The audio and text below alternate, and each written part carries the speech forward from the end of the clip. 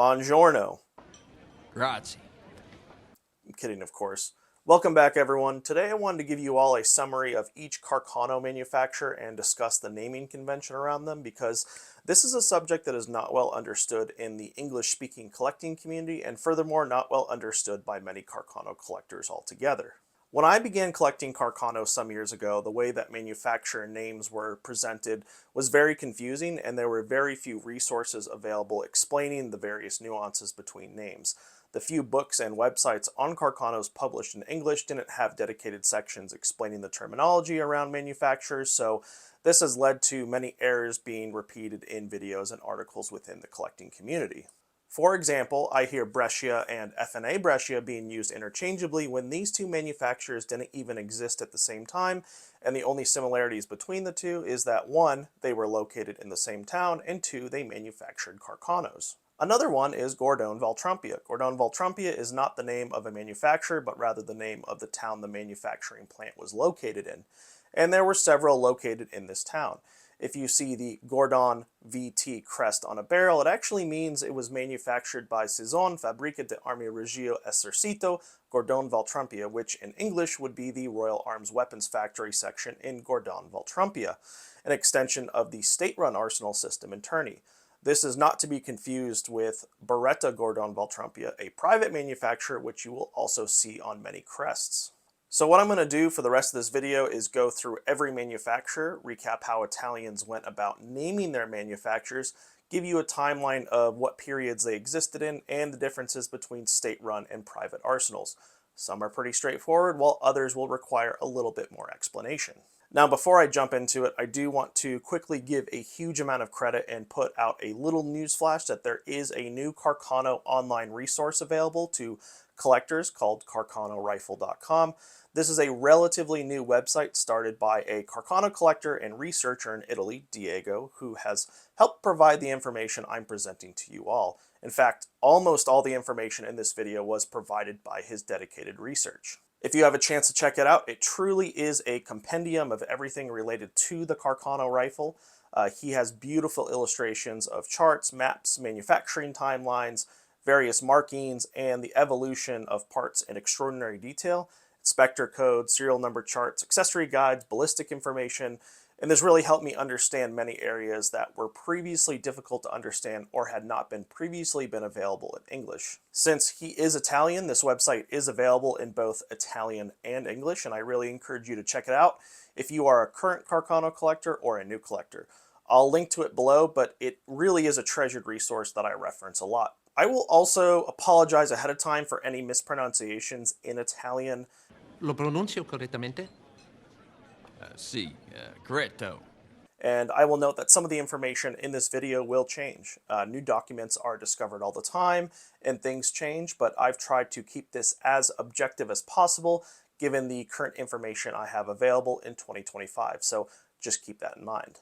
Okay, so broadly starting at the top, you have 6 state-run arsenals: Terni, Brescia, Gardone Val Trompia, Roma, Torino, and Torre Annunziata. Then you have 7 private arsenals, and that number includes several subcontractors who either manufactured a limited number of new rifles, refurbished or upgraded worn-out rifles, or assembled existing receivers and parts into complete rifles.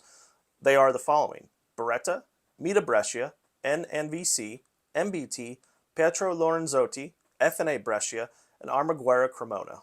If you recall from previous discussions about Carcanos, Italy often recycled and reused parts as an economic necessity, especially during the interwar period, so arsenals were often busy repairing and keeping armory stocked. It was a very frugal economic culture. Every single arsenal also had formal or official names, which I'll get into, but these are just abbreviated nomenclatures. Also, all of them had Italian names, which can sometimes be confusing when distinguishing them in English. Additionally, you can find examples of different arsenal markings from the same manufacturer, as many arsenals switch theirs over time. For example, Terni used a simple Terni stamp for most of their production history, but on the later 9141s, you'll see a crown followed by an F.A.T, which is an abbreviation for Fabbrica de Armaguerra Esercito Terni.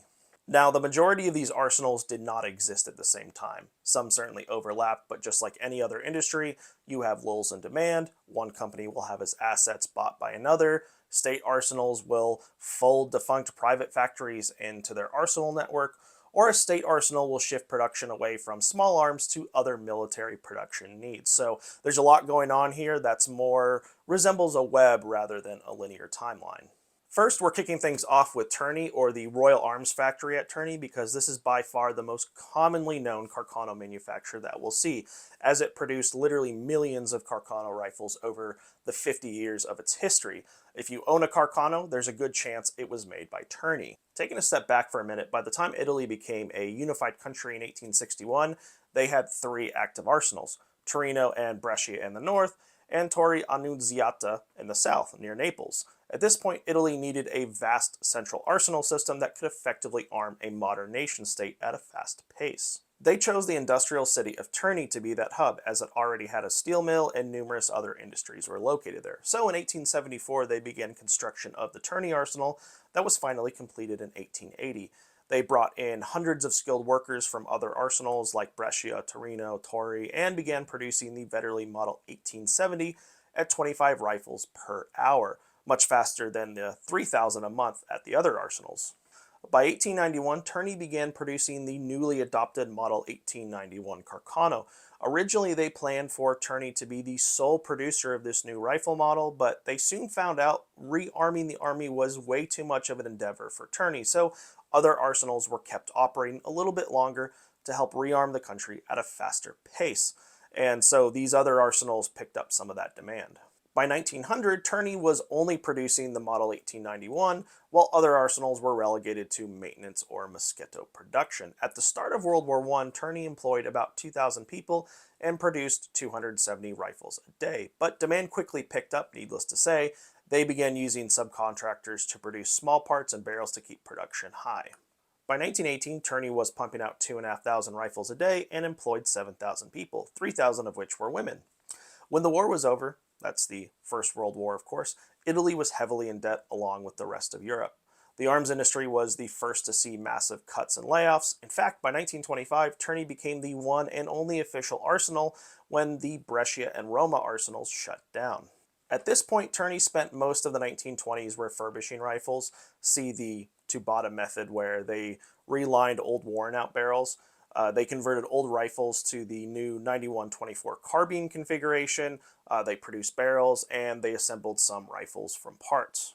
By 1928, Italy was now involved in numerous colonial conflicts in Libya and Ethiopia, so demand trickled back up. Terni increased production again, albeit at lower numbers. By 1938, Italy had adopted a new rifle design, the Model 1938 Carcano, chambered in a new 7.35 caliber, which required massive production updates, and they were able to get numbers up to 100,000 rifles that year. That's Terni, that is. When World War II broke out, production increased to 2,000 rifles a day, similar to World War I levels. By 1941, Terni added the Model 9141 rifle to their production line. However, in June of 1943, Terni was severely damaged by heavy Allied bombings, and to make matters worse, with the Italian armistice, the Germans stormed the arsenal in September of 1943. All production ceased, and the machinery was moved north. Now, when the Allies moved into central Italy and took over Terni in 1944, they came to discover that many former employees had hidden many of the precision tools that were in the factory, and with some of this returned voluntarily by the employees there, they hoped to get production back online. After World War II, Terni was still in the game, but this time with the task of refurbishing the hundreds of thousands of guns that were in the country. Between 1946 and 1948, they refurbished every single Carcano they had in storage. It's pretty common to find these refurbished marks on buttstocks, especially from recent imports to the United States from Italy. Italy was indeed preparing for war, as the Iron Curtain hung just to their east, so every rifle was needed. By 1948, Italy adopted the US M1 Garand rifle, and with the task of refurbishing Carcanos complete, Terni moved on from rifles to other needed items like hospital beds, tools, and other derivative steel instruments, industrial products. Over the next 40 years, it was heavily downsized for minimal arms maintenance, but it still functions in this capacity to this day. Terni obviously has a long and storied history as Italy's primary arms plant, and they're pretty easy to identify in rifles. Now, before I move on, a quick note about Terni's name. The official name of the arsenal was Fabbrica d'Armi Reggio Esercito Terni, or the Royal Arms Factory in Terni, as it was a state arsenal operated by the Kingdom of Italy. Many times you'll also see it written as Fabbrica d'Armi Terni, or simply Arms Factory Terni, or simply FAT, depending on the author or source. So there's a lot of different names it goes by, just depending on where you're seeing it written. One thing you'll notice throughout this video is that Terni was really an umbrella organization for all state-run arsenals in Italy producing rifles. Gardone Val Trompia, Roma, Torino, and so on were all really satellites or sections of the Terni arsenal structure. For example, you'll see the Terni Weapons Factory section of Rome, also known as the Roma Arsenal. Italy did shed its monarchy in 1946, where the arsenal was changed to Fabbrica d'Armi Esercito Terni, getting rid of the Royal Association, but this doesn't come up when talking about Carcanos. In fact, it changed its name twice again in 1978 and 2000, where it's now just the PMAL, Center for Small Arms Maintenance. Okay, Terni was a long one, but let's move on to Brescia. The Regia Fabbrica d'Armi Brescia, or the Royal Arms Factory in Brescia, was officially founded as an arsenal in 1806 in the northern Italian town of Brescia. These rifles are usually denoted by Brescia written on their barrels. At this point, I need to clarify some geographical terminology because this will come up again multiple times and often confuses people. Brescia is an industrial town in northern Italy surrounded by mountains and valleys. One such valley is Val Trompia, rich in iron ore deposits and rivers, which developed its own steel industry, quickly specializing in guns and cutlery. The most famous town in the valley is Gardone Val Trompia, where numerous historical gun companies have their factories, first and foremost Beretta today. Gun companies and Italian companies in general often put the location they were located in their company name, hence why we have F.N.A. Brescia, M.I.D.A. Brescia, and Beretta Gardone Val Trompia. But let's be clear, when we talk about Brescia or Gardone Val Trompia, we're only referring to the Royal Arms Factories, not about the other private gun companies which happen to be in the same location. Okay, now that we have that cleared up, we can move on. Before it was an arsenal, it was a monastery that was converted into a weapons depot for French forces during the Napoleonic Wars in 1797. The Viceroy of Italy, Napoleon Bonaparte's pick to run the country, founded an arsenal there in 1806. Brescia started producing Carcanos in 1893, starting with the cavalry carbines or moschettos. In 1897, they started Truppe Speciale Moschetto production.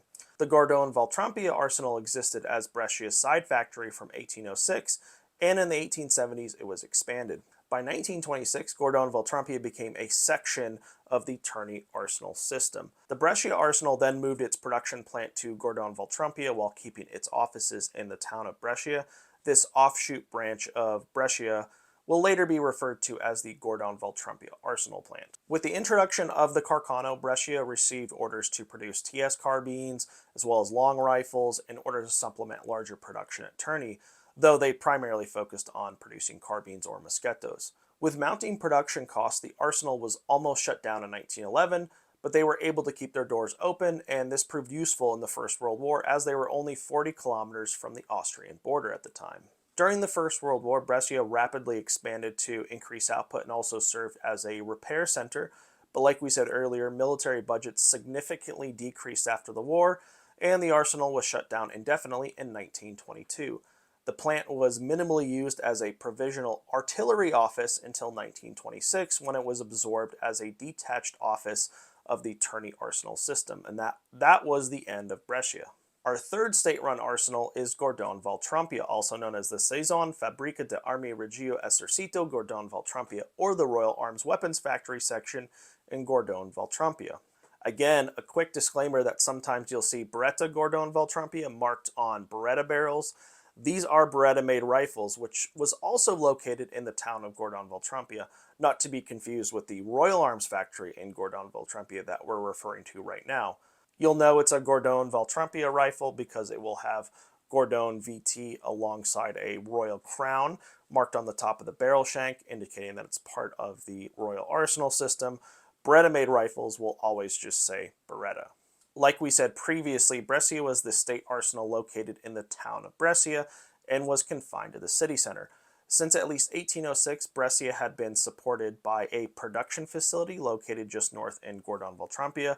By 1870, the need for greater capacity led to the acquisition and expansion of the Gardone Val Trompia site, which was further modernized in the 1880s. After these improvements, the Brescia arsenal maintained production in two places, Brescia and Gardone Val Trompia. Now, everything that was made at the Gardone Val Trompia facility, including Carcanos, was a Brescia-made rifle and will be marked as such. But like we said, Brescia closed their doors in 1922, and by 1926, their former facilities were formally absorbed by Terni as a detached section of their state arsenal structure. This facility in Gardone Val Trompia was now called the Saison Fabbrica de Armi Reggio Esercito Gardone Val Trompia. Terni had plans for this facility. They first started making light weapons like handguns. They increased their employee tenfold by 1935. Rearmament was big on their mind, foreseeing the Second Ethiopian War on the horizon. During World War II, Gardone primarily produced the Model 38 Moschettos. By 1943, they directly employed 2,650 workers, making 800 rifles a day. When Germany formally occupied northern Italy a year later, the plant was converted to truck assembly, and much of the weapons machinery was sent to other factories, leaving the factory in pretty bad conditions. After the war concluded, the Italian Ministry of Defense maintained only a small building for maintenance and testing. Beretta was only 500 meters away, so it was convenient to still have a government facility available to approve arms production from private manufacturers that were fulfilling Army contracts. By 1948, the arsenal released all of their workers, and the remaining plant was purchased by the M.I.D.A motorcycle company, which lasted until 1968. The Beretta Corporation actually purchased some of the former land the facility was sitting on. Some of it was demolished to make way for new facilities and warehouses. As of today, some of the buildings still exist and are mostly just small businesses and shops. Roma, officially Fabbrica de Armi Reggio Esercito Roma, or the Royal Arms Weapons Factory in Rome. This state arsenal was originally the Rome Artillery Workshop, founded in the 1880s to construct parts and repair artillery pieces. When Italy entered the First World War, the arsenal requisitioned facilities from the Roma Automotive Company and still focused on artillery shell production. But they continued to expand as demand increased for rifles, and part of their facility was formally put under the umbrella of the Terni arsenal system. Roma primarily converted old veterinary rifles to 6.5 Carcano and then produced about 240,000 Carcano long rifle barrels only in 1917 and 1918, with the parts to assemble full rifles delivered from subcontractors and the Terni arsenal itself. After the First World War, Roma was basically relegated to repair and small part status. They lost their army factory title in 1923 as Terni relinquished its need for those small arms facilities. After World War II, it became the military establishment of precision electronic materials until the 1990s. As of today, the old artillery shell factory is now the National Museum of Arts, and the City of Science now stands on the former factory plant. I believe there are still some army barracks and museums scattered throughout the former site. Up next, we have Torino. Torino was founded in 1715 as a barrel maker for the Piedmontese army and continued to expand well into the 18th and 19th centuries. By 1862, it had a workforce of several hundred workers and was one of the primary producers of arms for the Italian military until Terni began taking on most of the country's small arms production. Around 1902, it was dismissed as an active factory and was relegated to maintenance and repair work, so it was a pretty short-lived factory when it came to Carcano production. By 1937, the factory remnants were sold to Fiat Steel, and much of it was destroyed during World War II. Today it stands as a public park. Torino is officially known as Regia Fabbrica de Armi Torino, or the Royal Arms Factory at Torino. The anglicized name of Torino is Turin, so if you see that name in listings, it's referring to Torino. You'll see Torino on the barrel knox form, so it should be easy to identify. Torre Annunziata is possibly the oldest arsenal from our list. It was originally founded in 1652 when Naples was under Spanish rule. By 1861, the arsenal was producing small arms and artillery for the unified Kingdom of Italy. With Terni starting to take over small arms production for the country in the early 1880s, much like Torino, the factory slowly diminished in need and by 1902 switched entirely to artillery production. So again, another facility that had a very short-lived Carcano production timeline. It changed names a couple times, but to this day still maintains artillery pieces for the Italian military. Its official designation when producing Carcanos was Regia Fabbrica de Armi Torre Annunziata, or the Royal Arms Factory at Torre Annunziata. And you'll see Torre Annunziata on barrel Knox forms of rifles produced there. So again, another one that's pretty easy to identify. Now let's shift gears and move towards private manufacturers. Again, demand ebbed and flowed between wars, and you saw private companies acting in different capacities. Some manufactured whole rifles, while some only refurbished, maintained, or helped with the conversion process. Beretta, or Fabbrica de Armi Pietro Beretta, as you'll see it referred to many times, is a name most of you are already probably familiar with, as it is today an iconic international brand that supplies small arms to countries all over the world for military and civilian use. Like we touched on earlier in the episode, Beretta was located in the town of Gardone Val Trompia. It stood beside several other producers like the Royal Arms Factory in Gardone right down the road. Sometimes you'll see a Gardone VT marking to the left or right of Beretta on a Beretta barrel Knox form. Don't confuse this with the Royal Arms Factory that goes by Gardone Val Trompia as well. Now, at the beginning of the 20th century, Beretta was primarily making hunting arms for the civilian market, but during the First World War, received major government contracts for pistols, machine guns, and small Carcano parts. Its introduction to Carcano production was through a Royal Navy contract in the early 1930s, when they took old stockpiles of long rifles and converted them to troop special configuration. This was for about 15,000 rifles. Beretta continued in this capacity through the Second World War, where they were making rifles from scratch. Of course, it survived the war and is still making rifles for the Italian military and civilian market today. Alright, now we're moving on to M.I.D.A. Brescia. M.I.D.A. Brescia, not to be confused with the Royal Arms Factory of Brescia in the same town, was relatively new game, and the naming mechanism is a little nuanced, so I'll discuss that chronologically. Originally, the company was just known as Toschi and Micheloni, the name of the owners, and was formed in 1907. In 1908, it changed names again to the more familiar Toschi and Costelli. In 1915, a gun designer by the name of Alfredo Scodi, who helped design some of Italy's first semi-automatic rifle prototypes later on Toschi and Costelli's board of directors, and was able to secure contracts equal to 150,000 Carcano rifles between 1915 and 1918. Because of this, they were able to expand and build a second location in Brescia and grew from 150 workers to 1,600 by 1917.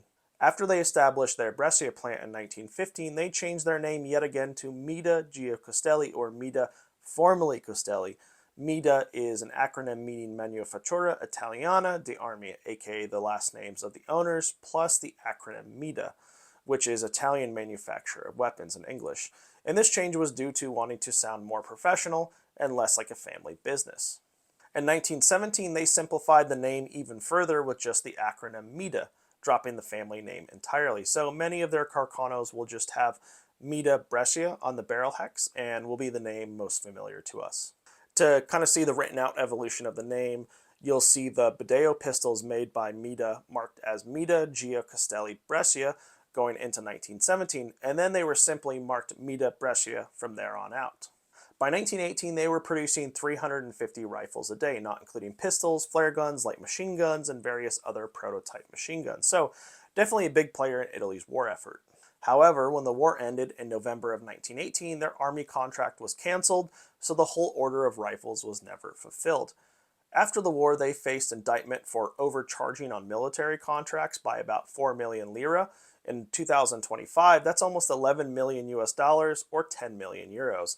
By 1919, they ceased all production and officially went bankrupt in 1924. Now let's move on to N&VC, or Napoleone and Vittorio Costelli Brescia. Now going back to M.I.D.A. Brescia for just a minute because it ties into N&VC's history, M.I.D.A. Brescia was originally founded by a man named Giuseppe Costelli, who had a business partner by the name of Giuseppe Toschi. These two men founded and owned M.I.D.A. Brescia. Well, Toschi died in 1916, and with the war's end, M.I.D.A Brescia shut down due to lack of demand and the various financial scandals that they had faced. In 1919, Costelli founded the Costelli Gun Company. Well, Costelli died in 1921, so his two sons, Napoleone and Vittorio Costelli, took over the family business, hence the name Napoleone and Vittorio Costelli. Before the war, Napoleon had patented basically a Youth 22 training rifle, so he had a little bit of experience prior to this, and they had maintained a monopoly on the production of these rifles until 1926. Between 1928 and 1930, looking for business in various places, they had taken over a small batch of decommissioned Moschetto Truppe Speciali rifles and refurbished them, basically replacing the stock and repairing metal parts to resell for the civilian market. These are certainly rarer rifles to find these days. Apart from this, they continued to make youth rifles and revolvers for the civilian market, and as far as we know, they survived until 1944, when Brescia was hit during heavy Allied bombings and most likely didn't recover. MBT, or Metallurgica Bresciana Gia Tempini, was founded in 1886 by Giovanni Tempini on the outskirts of Brescia as a metal parts contractor for the Navy and Army. They made brass cases and artillery shells pretty much up to the end of the Second World War. In 1907, MBT acquired Glicenti gun production plants along with the Glicenti pistol patents. As Italy entered World War I, they expanded production to include Fiat Model 1914 machine guns, plus prototype semi-automatics and the Model 25 light mortar. With the end of the First World War, and like most companies at the time, business demand fell and they had to cut production back significantly. In 1929, the Italian Royal Navy contracted several gun manufacturers in Brescia to convert stockpiles of M91 long rifles to the current TS configuration. MBT received a modest contract for about 6,000 rifles. This meant recycling World War I and pre-era receivers. These are considered one of the hardest to find Carcano manufacturers and are definitely sought after by collectors. They continued production into late 1944, making motors and converting machine guns. They continued after the war making non-military metal products and was fully absorbed into SMI in 1958. Pietro Lorenzotti, or Fabbrica d'Armi Pietro Lorenzotti Brescia, or Pietro Lorenzotti Arms Factory in Brescia, is another Brescia-based arms manufacturer founded in 1907. These guys primarily made weapons for the civilian market like hunting rifles and shotguns. By 1926, they were making 6,000 guns a year. However, when the Great Depression kicked off, Pietro Lorenzotti sold the majority of the company in July of 1925 to another investor who shifted its focus to making military arms. So technically it had a military wing and a civilian wing. The military side of the business was branded as Fabbrica Nazionale d'Armi, or F.N.A. Brescia, while the civilian side retained the name Pietro Lorenzotti. In September of 1929, Lorenzotti won a Navy contract to convert 10,500 M91 long rifles to the TS configuration, including making new barrels. You'll see these today marked as Lorenzotti Brescia rifles, even though they were now made under the F.N.A. military wing of the company. This is because the acquisition had just occurred and it was still known as Lorenzotti, a point we'll get back to in just a few minutes. The civilian brand, Pietro Lorenzotti, persisted until the late 1940s. Okay, so we just talked about F.N.A. Brescia, or Fabbrica Nazionale d'Armi Brescia. This was the military side of the Pietro Lorenzotti business, and these were the guys who did those 10,500 TS conversions for the Navy, even though they were still marked Lorenzotti. By May of 1930, F.N.A. acquired a contract to produce 22,000 entirely new Moschetto troop specials. With advanced funds, they set up a brand new production line just for manufacturing military arms. These rifles were delivered by 1933, with another contract for 8,000 Navy rifles on the way. Even then, F.N.A. struggled to acquire large military contracts and had to rely on financial assistance from the Institute for Industrial Reconstruction, a fascist-era public holding company that assisted struggling corporations. When World War II started, there was no shortage of contracts for rifles, and F.N.A. saw incredible growth. They took over the old M.I.D.A production plants, and by 1942 were producing 300 Carcanos a day. They also produced Beretta 30 light machine guns, SMGs, among other weapons, including several prototypes. In September of 1943, German forces occupied the factory and oversaw continued production, including the possible conversion of Carcanos to 8mm Mauser for the Volkssturm in early 1945. The factory was then taken by Italian partisan forces in April of 1945. After the war, production continued until 1947 when FIM took over and oversaw the conversion of additional Carcanos to 8mm Mauser, this time as export models for the Egyptian government. In 1956, the conglomerate Beretta Hispano acquired F.N.A for good, and it was shut down permanently. Before we move on, I want to again touch base on terminology. Please do not confuse F.N.A Brescia with the name Brescia that we talked about at the very beginning of this video. If you see a rifle with just a Brescia marking on the barrel, it means it was made by the Royal Arms Factory in Brescia that shut down in 1922. So these are entirely different companies. One was government, one was private, and they did not exist at the same time. And finally, we end with Armaguerra Cremona. This might be a bit of a long one, but I'll try to keep it more condensed. In 1934, a gun engineer by the name of Gino Ravelli, son of the famous Abiel Ravelli, had designed a prototype semi-automatic rifle that he wanted to pitch to the Ministry of War. An entrepreneur by the name of Ettore Francesco agreed to finance the prototype's development, and they put together a working example that would become the Armaguerra Model 39 semi-automatic rifle. In 1936, they set up shop in Genoa as the Anonima Ravelli Manifattura Armaguerra, or the Anonima Ravelli Weapons Factory, an acronym of the Italian spelling Arma, A-R-M-A, Guerra. By 1941, they officially went by the name Societa Anonima Armaguerra. By 1938, the prototype rifle was thrown into a competition set up by the Ministry of War in search of a suitable semi-automatic rifle for the Army. Ravelli's rifle was deemed better than other competitors, but the competition was cancelled in what the ministry deemed a lack of innovative characteristics from the list of submissions. Regardless, a patent was secure, and by 1939, the Ministry of War put in an order for 50,000 rifles. The board of directors decided to establish its own factory instead of licensing the gun to another firm. On top of this, the Ministry of War wanted all Model 91 Carcanos eventually replaced with semi-automatic rifles and Model 38 Carcanos, which they summed up to be about 25 years worth of work orders. Not bad. Included in this was a promise of 15 million lira for machinery and an order for 300,000 Model 38 Carcanos, which the ministry also planned on needing sooner than later. The idea was that the basic Italian infantry squad, consisting of 18 men, would have a variety of weapons roles. 3 to 4 men would get semi-automatic rifles, a Beretta 30 light machine gun, and the rest would have Model 38s. Both rifles would also be chambered in the new 7.35 cartridge to replace the 6.5 cartridge. With these ambitious plans and a new contract in hand, Armaguerra formally incorporated and they set up a production plant in the town of Cremona, which was completed in 1940. Well, things don't always go as planned, and Armaguerra was hit with a double whammy. First, with Italy's entry into the Second World War, the Ministry of War decided to abandon the 7.35 cartridge altogether and just stick with the 6.5. This meant Armaguerra needed to update the design of the Model 39 semi-automatic rifle to accept the 6.5 cartridge. By the time Armaguerra was ready to put the rifle into production, the Ministry of War decided to abandon semi-automatic rifle contracts altogether. They were too expensive to make, and in wartime resources could be spent on rifles already in mass production. But this wasn't the end for Armaguerra, as the military still needed rifles, and you have a weapons factory that could be used. I mean, they just built it in 1940, so it's brand new. Over the last few years, Italy had replaced many of their World War I era long rifles with either carbines or the newer but shorter Model 38. However, some units still had a specialized need for long rifles to equip their best shooters who could aim well at long distances, and in this, Armaguerra would get new life. With guidance from Terni arsenal engineers, Armaguerra designed a new model of rifle taking the length of the Model 39 semi-automatic rifle barrel and gave it graduating sights that adjust from 200 to 1,000 meters, and giving it a Carcano action. They continue to tweak it slightly and dub the final iteration the Model 9141, so we finally have a gun to make.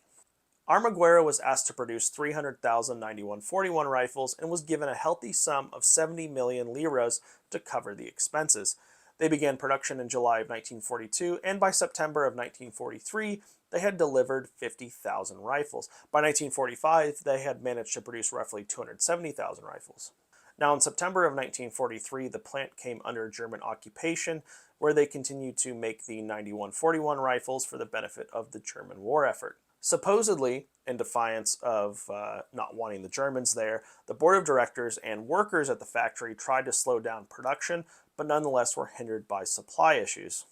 Much like F.N.A. Brescia, they were ordered to produce some 9141s chambered in 8mm Mauser, specifically for the Germans.